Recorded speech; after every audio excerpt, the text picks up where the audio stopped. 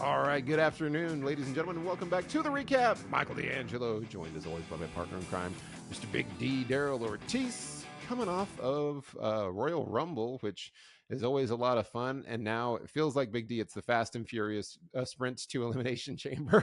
Yeah, it's the oh crap, we need people to wrestle in this match. So we're trying to get the qualifying matches going. we have we So have one automatic declaration. yeah, John Cena's already John in. Cena. Already said he's in and he's earned it at this point in his career. Yeah. So that's the only one that like they immediately got into filling up the Elimination Chamber I by mean, no not one's even gonna having a dispute match. that. They're like, yeah, Yeah. he's done a lot for the company. Just give the man a pass. Like Yeah. whatever, it's fine. We'll give him this one time, since it's the last time. Yeah, that was But I mean, other than that, lots of qualifiers scheduled, a lot of things said. Started out raw hot with Jey Uso coming out and pretty much like taking like the first, I want to say like almost 10 minutes of the crowd. Yeah, The crowd just from just crowd hype. cheers. Yeah. Yeah, which is cool. It's good to see that. I mean, again, we've always said he's super over, so that was cool. He had some Yeah. words for Gunther. Gunther had some words back for him, and just the typical Gunther stuff. So nothing too big or surprising there. Jay definitely has to make his decision soon, and I know Gunther had a lot to say in that. And it was just, I mean, honestly, the promos weren't really that long. It was more just like the entrance that was actually like the longest, and I think He didn't that's what. say a ton like during No, I was like, this was really basic. It was just more him being thankful. And yeah, then it was an even emotional promo. Yeah. Yeah. And then even Gunther coming down and running him down it was pretty by the numbers. It was like, I beat Hmm. you a lot of times before. It doesn't help my legacy at all. It's like it's not worth Don't it for pick me. me. Yeah. Yeah. It's not worth it for me, so don't pick me. And then Jay, of course, just like Charlotte, is like, well, I'm just doing the tour around. I'll make my decision later. Yeah. I'm going to head over to SmackDown on Friday and see Cody. So, I mean, this was pretty much by the books. It was, but what was actually another, I guess it's the new feud we're going to see for Penta is him versus Ludwig Kaiser. They put on Yeah. a pretty good match.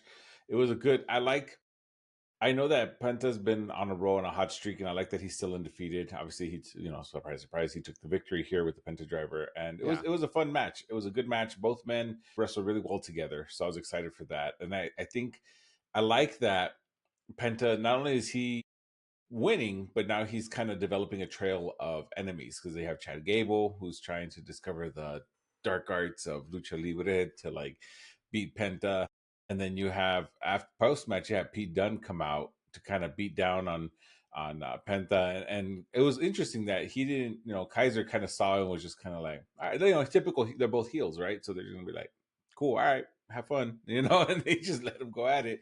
Again, I like the style of wrestlers that they're putting them up against. And I think that's something that I feel is going to like help him look even better, right? Because they complement each other well. It's the clash of styles. So I don't know your thoughts on how they're booking Yeah. Penta so far. I mean, so far it makes sense. It's like they're kind of doing the ramp up with him. He comes in with a lot of hype. They want to keep a streak going. They're putting up against like the high profile mid card heels. Mm-hmm. Is kind of how I feel about it. So it's like you've got Chad Gable, Ludwig Kaiser, Pete Dunne.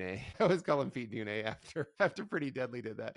Pete Dunne. So makes sense. I think it's good. I wonder how long they'll kind of have him linger here before they bump him up to that next level, which I would look at like the next level would be like Braun Breaker getting into like the IC Mm-hmm. titles type of ICUS title, something like ICUS that. title, something like that. But I would love to I see think this is him a against good start. Shinsuke. That would be awesome. Yeah, him and Shinsuke Nakamura would be great. But I hope they don't linger too long here, I guess, in this mid card. No, I But it think makes sense. it does. And I think what they're doing is they're trying to introduce the audience to Penta because not a lot of people really know who he is. Even those that watch AEW, yeah, he was prominent on there for a bit, but even then, like, AEW kind of just like WWE, each promotion has like their stars that they kind of focus on, right? So I'm excited. For question, are they going to wait for Rey Fenix to come on board too? Because his contract's nearing an end with AEW. So I like both. I like them as a tag team. I love Lucha Bros, but I also like the way they're booking Penta right now. So Yeah, I hope they don't wait because at this point they've done so much to hype up Penta as like as a singles competitor, like yeah, international star. That I right. feel like if they held and then they reunited him with Ray Phoenix and they were just as a tag team, it's almost a step back a little bit. So So I hope not. yeah, well, my hope is more like let's get him to a singles title first, right? Like Right. let him take the IC title or the US title. Let him have some. some matches with some good matches with that, because you have a lot of good matches with him on that one. And then maybe he drops it in like a unconventional way. In other words, like heel tactics, right? Double team, and then you have Rey Fenix for the save, and then that's how you introduce the tag team. Yeah. I think that would probably be a little bit. I still would like to see Penta do a singles run, but again, that would to me that would make more sense, because that's his quote unquote backup, Yeah. So I mean, Yeah, true that. But yeah, and then we had Charlotte Flair cosplaying as an extra in one of Kanye's videos, apparently with that poofy ass jacket. I think her and Seth are like fighting for wardrobe I know back there. they're sharing the same. I saw it and I'm like, what the hell are you wearing? I mean, she did her usual. She well, she's a thunderous heel. booze. That's why I was Yeah, like, so she's doing the heel shit, because I was kind of curious. Like after the Rumble, I was like, so is she gonna be a face or a heel? No, I kind of she's. I knew she wasn't going to be a face. She got booed out the damn building. Well, she got booed out of the building in Cleveland, and I was like, "Oh wow, okay." And then they kind of steered in, because like she's coming back off of the injury. Like it was almost like you have her do the triumphant return at the Royal Rumble and win. And no, she got a lot of booing, and then it was odd because I felt like she wasn't quite sure how to play it, because she's doing the she was thrown off. Even if you boo me, I still love you. And it was like, and they're like, boo, we don't love you. They really, and then she was like, last year broke me, and she kind of played it in the middle. Yeah, she did. I think she was trying to get over as a face still. I think she was still trying to see if she can salvage it and become a face. But nah. She was full heel on SmackDown. She went full heel on SmackDown. She embraced it on SmackDown. But it was, So, I mean, we'll see how it goes. I hope. I mean, I know usually the Rumble winner, the odds of being champion are very, very high. I really hope that doesn't happen with Charlotte, to be honest with you. I really don't. I mean, she's great. She's honestly a Hall of Famer in her own right for everything she's done for the women's division, her and Becky. And I love everything about it. But I mean, just like I've always said, let the younger ones shine. Let the newcomers come in and shine and do their thing. Because look, after she eliminated Roxanne Perez at the Rumble, like, we haven't really heard from her. So like I think they're trying to like let people forget about that, and then like I think they're gonna put her in a qualifier or something for Elimination Chamber. But I think we should just let the new generation shine. Well, they should. Well, and here's the thing with Charlotte, I would be shocked if she doesn't go to WrestleMania and win one of the titles. Now, I feel like they'll put her against Tiffany. I do feel like it'll be her versus Tiffany, which Tiffany should win that. They should not take the title off of Tiffany. But it's hard for me to get my head wrapped around Charlotte not coming in and being the champion again. Like there's almost this level of entitlement that's happening there. I think it'd be a lost opportunity if they had Tiffany lose to her. But for me, that's the most compelling match. The one thing that is odd, though, is that she's doing the tour with NXT also. Because she said, I'm going to NXT. Maybe I want to be the NXT Women's Championship. It's like, why on earth? Not to disparage the NXT Women's Championship, but you have your choice of going for any of the world titles. Why wouldn't you go for the most high profile world title, which is not the NXT Women's Championship? Yeah. So like the fact, because that's not happening with Jay Uso didn't say, I'm going to go to NXT and possibly challenge there. He's just like, I'm heading to SmackDown. I'm going to talk to Cody. I'll see ya. I don't know why they had Charlotte tease. And no, she didn't tease. She went. She was there. No, she went, but she teased it at that point. And I was like, and then she went. And I was like, why are you going to even tease that that's a consideration? So I have two theories on that. Yeah. I have two theories on that. One, I feel like they're still trying to like boost the ratings for NXT, although the ratings have been really good for NXT since they moved to CW. But I feel like they're trying to boost it even more by adding more star power. Yeah, and that could be the only real. I think that's what they're doing, because we know at the end of the day she won't challenge for the NXT. But it has happened before where we had, I think, who was it? Becky went down to NXT and took the title, if I'm not mistaken. But not as like she didn't not as a Royal Rumble winner. No, she went out there and just challenged. So that was different. But and I could see that, but I was like, gosh, this feels like. Why even toy with that? Because it's ridiculous on his face. The other theory I have is probably because they have Evolve that's about to debut, which I think Evolve is becoming what NXT should have been, like they're developmental. And then now NXT is kind of like the semi-pros, and then SmackDown Raw are like the pros, right? So I think what they're doing is they're probably trying to establish a little more a little validity in the NXT title, because I think the mainstream crowd, like us of us that have been watching it for a while, know what the NXT title means, know how hard it is to win that. But I think for like the mainstream crowd that they're trying to bring in, the newer crowd that they're trying to bring in, I think it kind of adds a little more emphasis to the title by having Charlotte kind of mention it and show up and kind of, shine Yeah, some they're light trying on to it. add But value to it. yeah, and that's cool. But yeah, like I said, put the younger talent over, unless it's Logan Paul. So we had New Day beating Rey Mysterio and Dragon Lee in a fun match. They debuted their new music. They debuted their new ring gear, which is pretty much dark unicorns. I like that they kept the unicorns. Yeah, they're still I the New like Day that. after all. Yeah, it's still like the New Day, but it's like a darker New Day, which I like. I like that they did that. I was hoping they didn't do a complete rebrand and overhaul. I like that they kept that. So they still kind of have like the bright colors, like now it's more like purples and like the darker stuff that goes with black. And so I like that. I like the new look of them. Again, the crowd despises them, which is great. They're getting awesome heat, and they went up against Rey Mysterio and Dragon Lee, and of course they pick up the victory because they're debuting as heels now, right? This is the match that was teased back when we thought Penta was going to debut as Rey's partner for the SmackDown, for the Raw, for the Netflix debut of Raw. And then you had, of course, Logan Paul shenanigans on the side. He was there. He can show up as a fan, but he can't show up to freaking wrestle, I guess. Well, because he was in his hometown of Cleveland, so he had to be there. And he always says he's from Puerto Rico anyways, by way of Puerto Rico. And he's got his Elimination Chamber match next week against Rey. And so that was kind of like the tie-in for it. But I will say this. So Kofi's renamed the Trouble in Paradise is the Trouble in Hell. Is that what he said? I've heard that. I caught that. I was like, that's dumb. Just because it's Trouble in Paradise already. It's already a negative. Like, it doesn't need to be Trouble in Hell. I don't think they're keeping it, because I went to go check, because you know how usually they do like a recap like on the website and stuff, and I like to see what they call moves. That's where I learned. So kids, if you want to learn what they call moves, just go to the website. They put it there. So they're still calling it Trouble in Paradise. So I mean, because I think Michael Cole maybe it didn't go over well, and I was like, what? I'm like, I bet Trouble you in Paradise is fine. There's enough negative connotation there that I bet you Triple H heard it and was like, don't ever say that again. Well, I agree. Whoever 86 that, round of applause, because as soon as I heard it, I was like, oh, all right. Yeah, but then we also had our Elimination Chamber qualifier with Liv Morgan and Io Sky, which was interesting because usually I can tell who's going to win.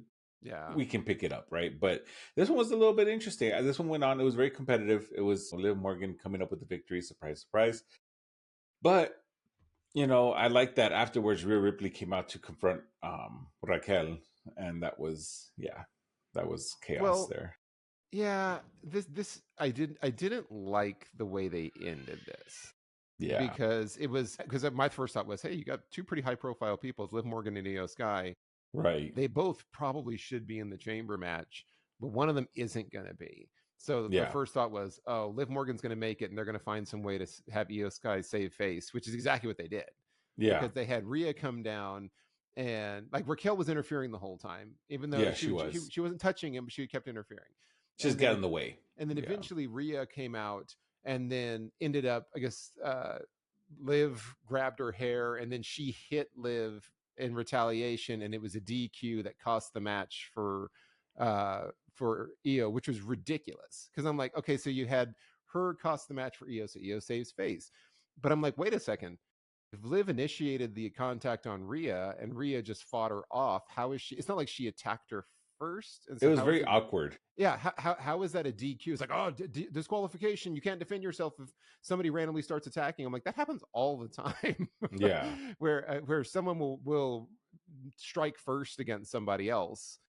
And then they'll brawl a little bit, and the ref doesn't necessarily DQ them because it's like, well, you initiated that contact. So Liv technically should have been disqualified. Everything about it was kind of weird. And I was so when that happened, I was like, ugh, they were looking for a way out of this one. Exactly. They just didn't know how to get there. So they just sacrificed Rhea and her character to do it. I wasn't a fan of it. Even when it ended, I was like, this is stupid. Like, how did that end it like that? Like, that's it. I know. And then unfortunately, it would left Rhea to have to play like the shocked baby face. Like, so sorry. Sorry.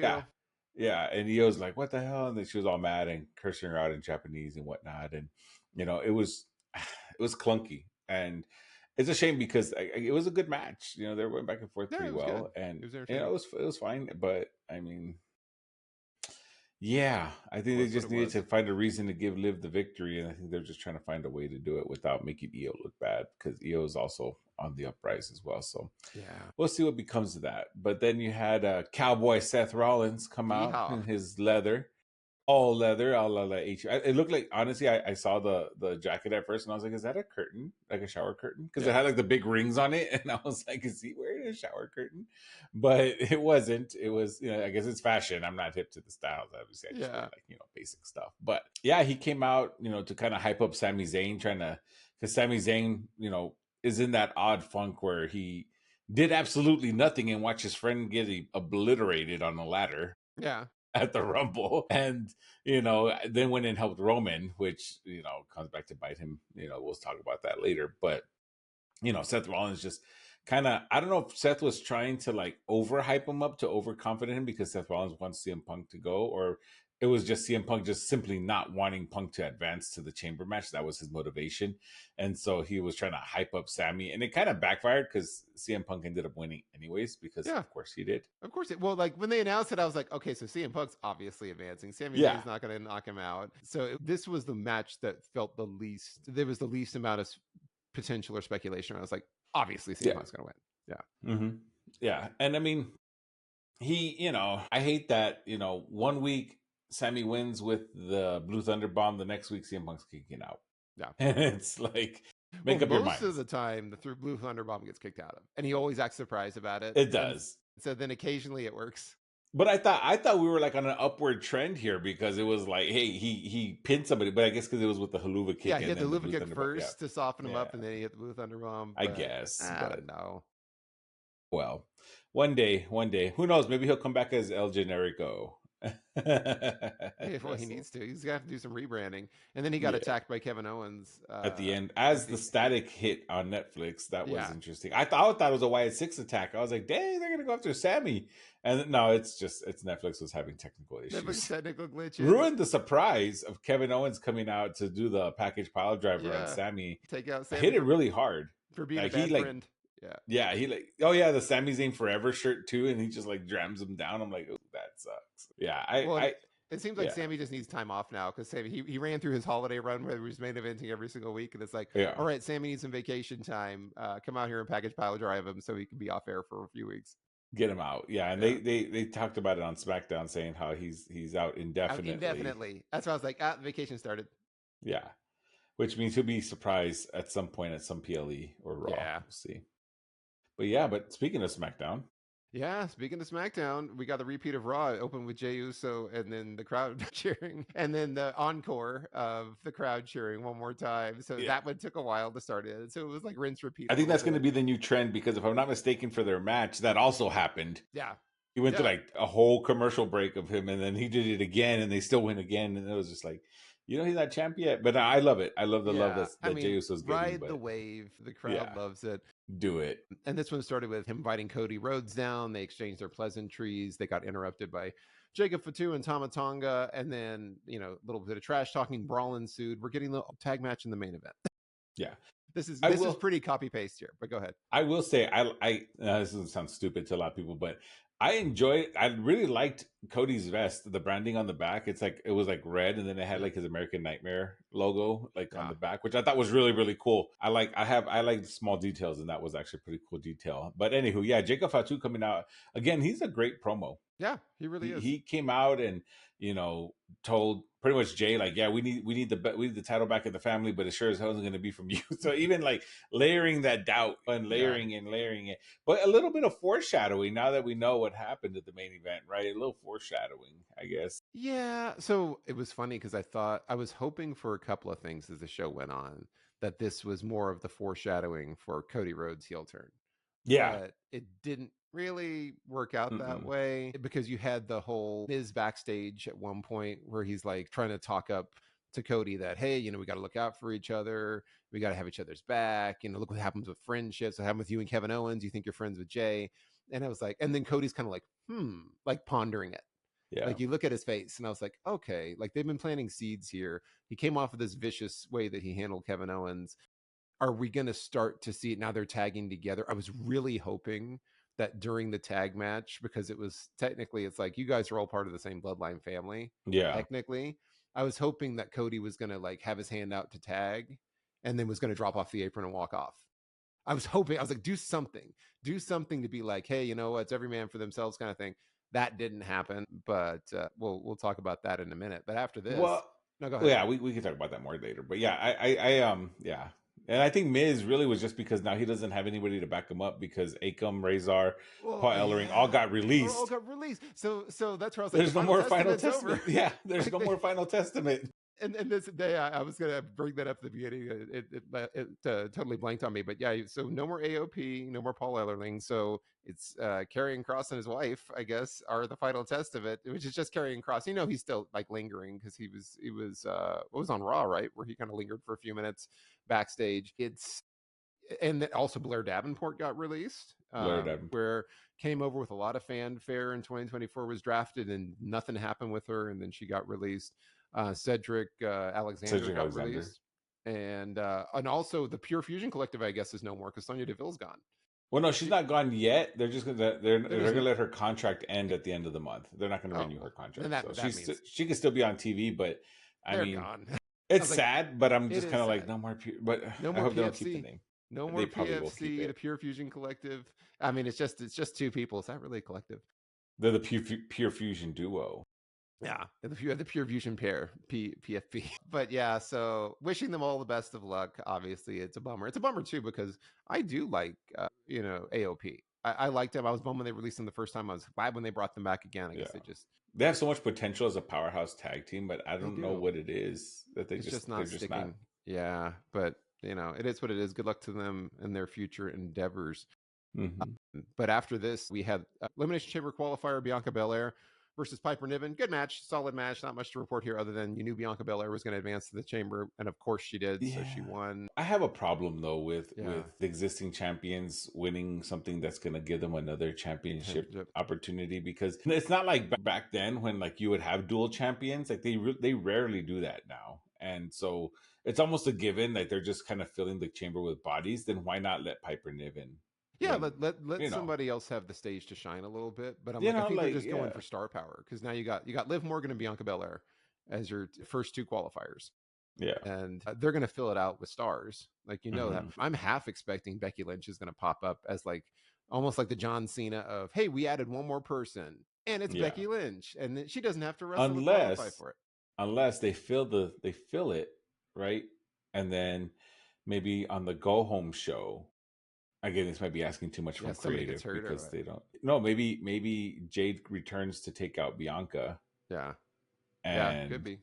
They're like, we need a filler, and they're like, we got somebody. Don't worry, the show will go on. And then like at Elimination Chamber at that final spot, Becky Lynch comes out. Yeah, I could totally see them doing something like that. I think that would make a lot of sense because it feels like they didn't have her come out at the Rumble because they already planned on having Charlotte win, and so they didn't want to lose any shine with Becky not winning it. Yeah. So it makes sense if they try to space it out. And then you get Becky Lynch and Charlotte Flair in the main events for the women's titles, which again, I would be like, can we not give somebody else an opportunity here? I don't really want to see Charlotte versus Rhea, and I don't really want to see Becky Lynch versus Rhea again. But we'll see. We'll see how it goes. We'll see. But yeah, I agree. This match was just, it was a typical Bianca Belair match trying to overpower the tougher competitor in Piper Niven, trying to get her up for the KOD. And she eventually does, and that's what gives her the victory. It was meh. I mean, it was okay. It was and I like both competitors. I like Piper Niven as a heel. I'm so glad they had her drop the whole Doudrop crap, and I'm glad they have her, back as Piper Niven. I love it, and being the security detail for Chelsea Green, it's funny. It's good, and I love the little skit they had in the backstage when she was like, "You need to get more people. We need more security," and she's like, "How many people hate you?" It's like a lot, but I love that. But I like this pairing. I hope they keep them together for a while. They've tried to sow the seeds where Piper accidentally eliminated Chelsea Green in the Rumble, so it's like they're doing things to try to put a wedge between them. And I'm like, keep them together for a little while. Yeah. Like make it fun. I agree. And then you had a DIY out for a promo, and Pretty Deadly interrupted basically to be like, hey, we've been helping you all a lot. And they were doing the moment of silence for Motor City Machine Guns, which I thought was kind of funny. Right. That was actually funny. And then Nick Aldis came out and made DIY versus Pretty Deadly. And if Pretty Deadly wins, they get a future title shot. and then he made the match right there. So you had DIY and street clothes wrestling. Match was fine. Ended with Ciampa tried to hold the ropes and cheat to get a pinfall in, hold the tights, and Yeah. then Elton Prince reversed him and then held the ropes Yeah, basically. he Did the used same his own thing. tactic. Well, because they're Yeah. both heels. Yeah, they're So both like heels. That's what I was like. It's it two was heel teams. So yeah, this made the most sense, and I actually enjoyed it it because did. I don't like surprise roll ups, but I was Yeah. like, he tried to get you a surprise roll up and a rope hold, and then he reversed into a surprise roll up and a rope hold, and they got the wins. They got a future title shot, They got a which taste of their own medicine. I'm sure MCMG will end up interfering and helping Pretty Deadly win. Like, there's going to be some symmetry there, or costing them. I don't know. We'll see how this ends up playing out. Or But it's going they've to be got a fatal 4-way tag match. yeah, that's true. There's the potential there. I was happy to see Pretty Deadly kind of shine a little bit Yeah. more. They're not, because they're not a joke act. Like they can Mhm. actually wrestle. Like, and I think people forget that with the whole musical thing and all that stuff that they do. Like, I think people forget that these guys can legit go, and they showed it. They did a lot of great tag work. They did a lot of great move sets here and there, and I think I'm glad they picked up the win. I didn't want it to be like a match and then DIY just squashed them, and then because it's going to ruin their reputation, right? So I like that. I like that they let them win, and I like the way they did it. I liked everything about the match. I think it was really good, so I was happy with that. Yeah, I think it was a good match, and you're right. It was a good showcase for Pretty Deadly because they came off as like a competent, good tag team. They didn't come off as bumbling. Mm-hmm. They had a little bit more fire to them, a little bit more energy. So I was happy with that. And then after this, we got Elimination Chamber qualifier for the men's side. Drew McIntyre versus LA Knight versus Jimmy Uso. You knew Jimmy wasn't going to win. Yeah. It was going to either be Drew McIntyre or LA Knight. This one, I will say a couple of things. I was pretty confident that Drew McIntyre was going to win, and he did. He ended up winning. I like the way that they did it, though, because this is a way, if you want a heel to win, just let them win. Don't do like you did with Liv Morgan and you had this ridiculousness where she advanced off of like bumbling technicalities. Essentially, LA Knight was trying to set up Jimmy for the BFT, and Drew McIntyre came in with a claymore from behind and like took them both out and then pinned LA Knight. So he looked strong. It was like, hey, he took advantage of that situation. It's a triple threat, so there's going to be distraction that's not nefarious. It's just distraction. So I liked it. I think nobody looked weak in it. It just looked like Drew McIntyre was in the right place at the right time, and he hit the claymore because he is a competent guy and he's a great wrestler and he advances. So I enjoyed that. One thing I didn't like, and it's a small thing. It was during the lead up to this. Everybody cut a promo. Drew came out and cut a promo. Jimmy cut a promo. LA Knight came out and cut a promo. And at the end of LA Knight's promo, when he was like talking trash, and then he's like, yeah, hold on, let me get my stuff in. And I could tell this was a reference to Drew McIntyre going online and being mad about the elimination and saying, well, everyone's just trying to get their stuff in. And he goes, let me get my stuff in. And he does his catchphrase thing. I get that they try to do the let's pull the curtain back thing. And we know, kayfabe is dead. We understand that.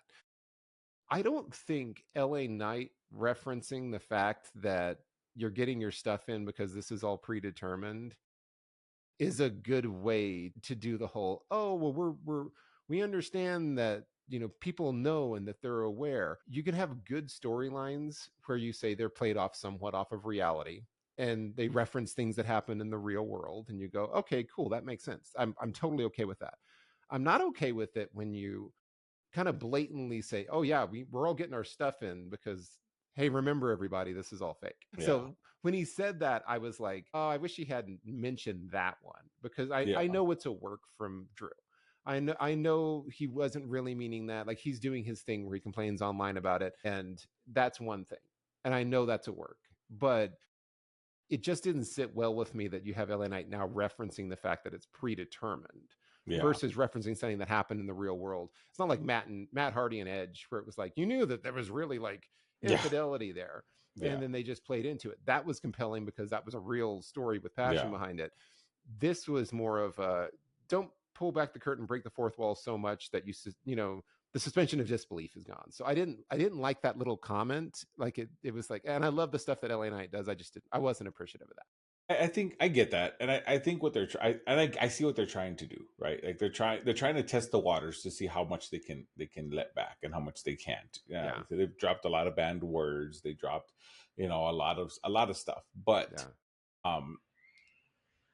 I kind of like the dig at Drew, but I don't know. I mean, like, I don't think that that was probably the best way to go about it, simply because I think that with LA Knight, everyone's going to listen to him. And it kind of sounded like sometimes disingenuous when he does stuff like that, Yeah. because he's just like kind of being rude and sarcastic and like, you know, like trying to like say stuff like that. So I don't know. I just think that just kind of like, it kind of like, the promos were going good up until that point, and it Yeah. just kind of like fell. Well, they were all fine when he said it. I was just like, I don't know how I feel about that. And I had to think about it for a little while afterwards, Yeah. where it rubbed me the wrong way.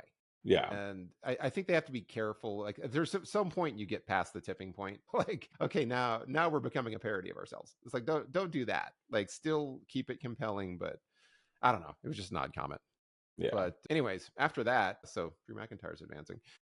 We had jaw jacking between Braun Strowman and Damian Priest. And then we had KO doing a car promo about Sammy being a bad friend. Sammy's out indefinitely. And then we had Tozawa versus Carmelo Hayes, which was the grudge match from Carmelo Hayes knocking Taking him Tozawa out at Rumble. out of the Rumble. This match was longer and way more competitive than I imagined that it was going to be. Yeah, It was especially good. the way they like to talk up and book Carmelo Hayes. I thought this was just Yeah. going to be a squash match, but I thought so too, but Tozawa looked just like Pretty Deadly, looked pretty confident and capable in their match. All of a sudden, Tozawa looked pretty confident and capable in his match too. Of course, Mello won. He hit like a yeah, top rope leg drop, got the win, but it was competitive. I enjoyed it. It was a fun yeah. match, and it wasn't just a squash where Tozawa was a comedy act the whole time. So this I enjoyed. It was just a breath of fresh air for me. Well, because I mean, Tozawa is like, he is a good wrestler. He was Yeah. on 205 Live. He was dominant on 205 Live for the longest time as a cruiserweight. I think they just didn't know what to do with him, and he's gone along. He's kind of gone along with whatever they given him, but I think that now he's actually able to shine a little bit more, and I like that. I like seeing that. Yeah, agreed. And then after this, we got Charlotte Flair out. This one, she had a more positive reception. Even she was like, "Are you guys going to cheer me or boo me?" And it was Yeah. like, I'm going to say 70% cheers and 30% boos, probably in Memphis. She got a better reception, but she was fully committed to heel work at this Yeah, point. Like, she she came just out went straight for heel. it. Came Yeah. out straight heel, was being insulting, was being rude, was being arrogant, and all of that stuff. Called out Tiffany Stratton. Tiffany gave a good promo. Then you had Nia Jax that interrupted. Apparently, Nia Jax is just getting a title shot next week. Not sure Yeah. why. I'm not sure what she's Randomly. done. Randomly, she talked to Nick Aldis, and Nick Aldis agreed that she should get a title shot, even though she's kind of been on a losing streak. I don't get that, but okay, we're getting that. And then we got the Alexa Bliss interruption because her and Candice LeRae were going to be doing an elimination qualifier anyway, and Candice Yeah. was already out there. So Alexa Bliss just walked out, and she didn't really interrupt. She just like walked out, like, "Hey, I got a match, guys." Excuse me, get out of Like, here. get out. Still rocking the Fiend Forever jacket, which I love. Totally digging it. Can't wait for her to join the Wyatt Six, because you're not going to be flashing the Fiend Forever thing on your back. Yeah, every and time she you still come out. has You're not Lily and going everything. to. So yeah, Yeah, it's like this is clearly building to that. Obviously, the Wyatt Six are on SmackDown now, so I can't wait to see that. But then we got their chamber match, which was fine. I will say Alexa looked a little rustier than this one than she did in the Rumble match at the beginning, which is fine. I'm not criticizing it. She's been out for 2 years. 2 years. First singles match in 2 years. Yeah. But she did win. She hit the Abigail DDT to win. I wish she was just doing a regular flatliner, Sister Abigail, but the DDT version is cool too. And she advances. So now you've got Bianca Belair, Liv Morgan, and Alexa Bliss, obviously all heavy hitters, all former champions, all in the women's Rumble qualified so far. But the match itself was fine. What did you think? I like the match. I was happy to see Alexa Bliss back in action and doing her thing.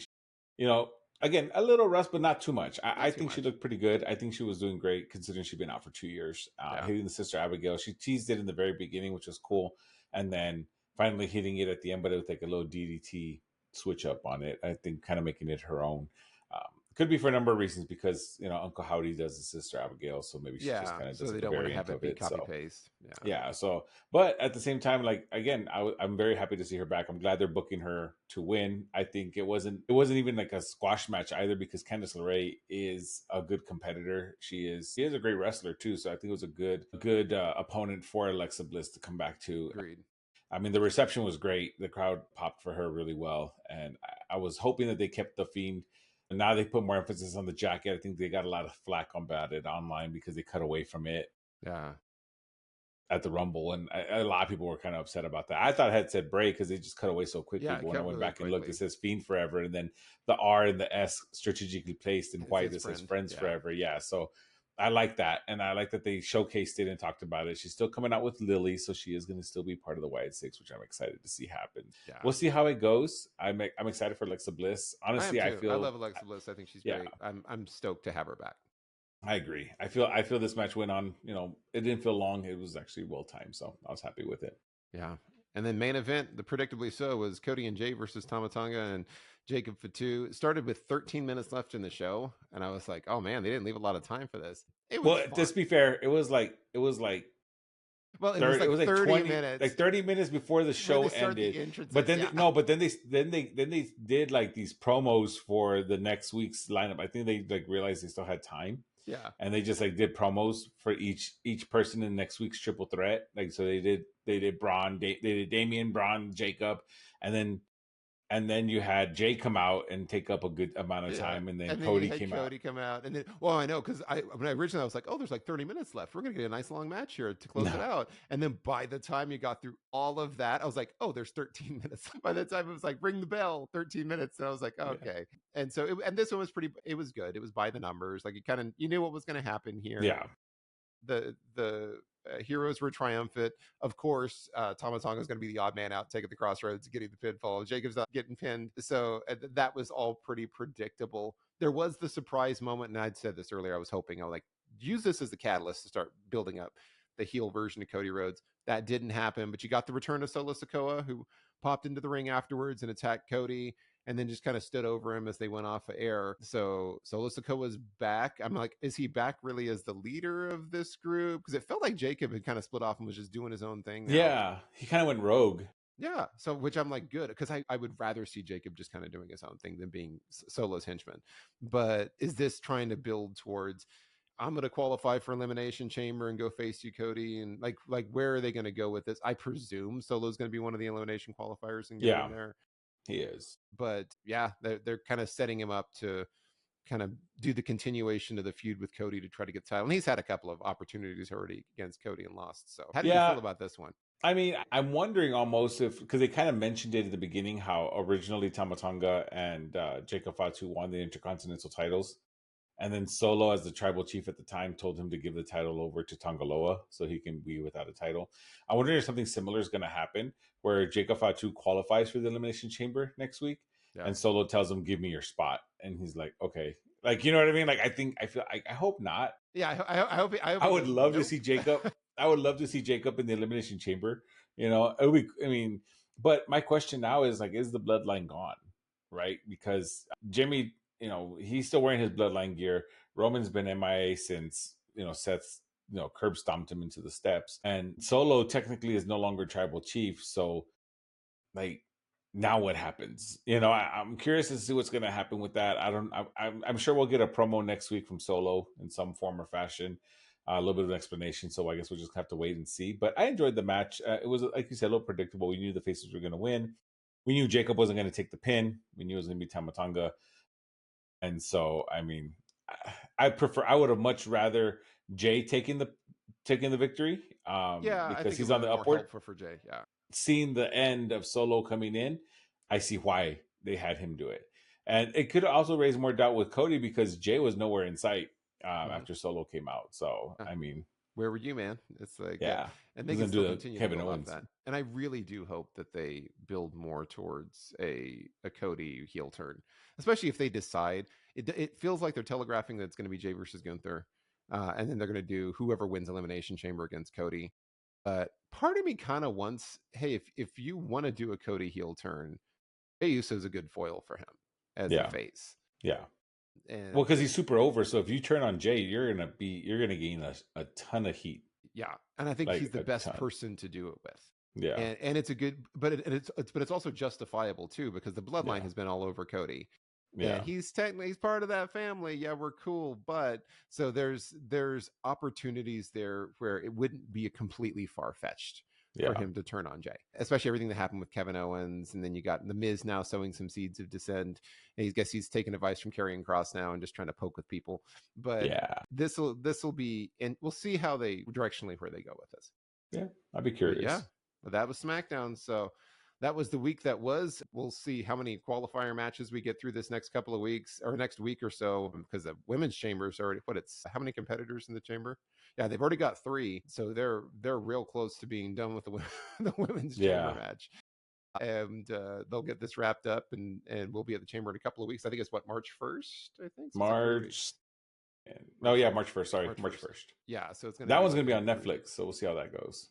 Man, glitchiness be darned. We'll see if they get the technical difficulties all worked out. But yeah, that was the week that was. Everybody, don't forget to like, share, and subscribe. Give us your comments, whether you like, dislike, agree with what we're saying or not, or just want to talk about wrestling. We're always happy to hear from you all, and we appreciate the support as always. Until next time, I've been Michael D'Angelo. He's been Big D Daryl Ortiz. Have a wonderful week, everybody. Enjoy the Super Bowl. If you're a Chiefs fan, boo. If you're an Eagles fan, boo. We can't get a draw, but have a great week and good luck to all of you. Yeah.